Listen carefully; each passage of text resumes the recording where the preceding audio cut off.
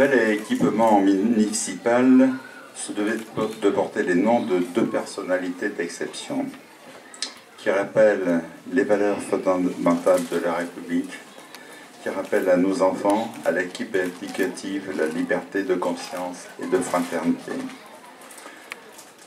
À partir de ce constat très simple et sur ma proposition, le Conseil municipal le 30 mars 2015, à l'unanimité, a choisi pour nom à ce groupe scolaire ceux de Geneviève de Gaulle-Antonios et de Germaine Dillon. Le nommer ainsi est l'occasion de rappeler à nos enfants les valeurs sur lesquelles repose notre société. C'est au nom de ces valeurs de liberté, d'égalité, de fraternité, comme l'ont si bien chanté les enfants tout à l'heure, que ces deux femmes emblématiques ont pris courageusement part à la résistance. On ne peut désunir en ce jour celles qui furent unies dans la résistance, la déportation et l'amitié après la victoire, et on pense à vous, madame, ici présente. Et c'est donc une chance offerte à nos enfants de connaître la vie et l'engagement de ces deux sœurs de combat, soudées par le même amour, l'amour de la patrie.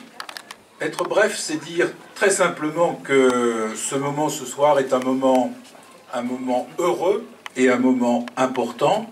C'est un moment heureux tout simplement parce que nous avons eu l'occasion de visiter et de voir une école lumineuse, spacieuse, et j'allais dire en visitant les classes, en regardant les affichages dans les classes, une école qui me semble joyeuse.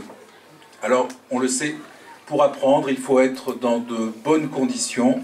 Ce bien-être, il me semble acquis pour les élèves de cette école. Je suis très heureux d'être aujourd'hui avec vous pour inaugurer cette magnifique école moderne, bien conçue, jolie et agréable. J'espère que les enfants vont tous bien travailler pour apprendre un futur métier et devenir un jour des membres actifs de la société Corbeil-Essonnes, peut-être certains d'ailleurs, un jour seront maires, il faut pousser les jeunes à s'occuper aussi de la politique, de choses publiques. C'est tout à fait important pour l'avenir et pour la France. Donc merci monsieur le maire, merci Jean-Pierre d'avoir si bien continué mon début d'activité. Aujourd'hui, Corbeil-Essonnes est une belle ville qui est saine, qui est belle, et beaucoup d'habitants d'Evry viennent à Corbeil. C'est une bonne chose, hein, parce que franchement, c'est bien plus agréable de vivre à Corbeil qu'à Evry, qui est une ville nouvelle, mais pas agréable. Voilà, donc merci à tous ceux qui ont construit cette école, et j'espère que les enfants vont bien travailler et devenir de bons citoyens de Corbeil-Essonnes et de la France. Merci. Nous avons, avec cette école, une incarnation de ce que peut être et de ce que doit être, évidemment, la promesse républicaine, la liberté, l'égalité, la fraternité. Nous avons une belle école, une école populaire, avec des enfants que nous avons vus tout à l'heure, qui représentent toute la France, et qui représente aussi la promesse républicaine. Cette école s'inscrit dans un projet, et là quelques mots de pédagogie, un projet qui demande des décisions publiques.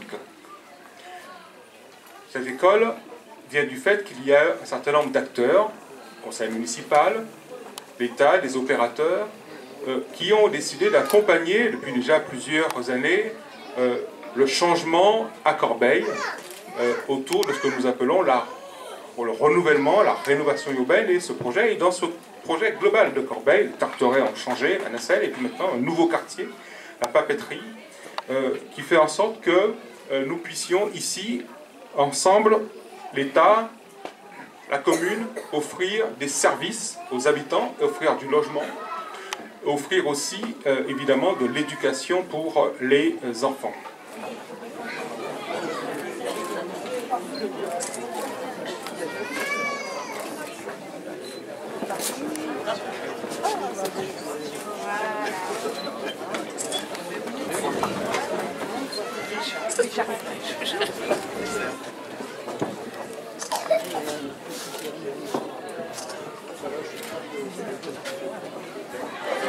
mais il faudrait voir. Attention.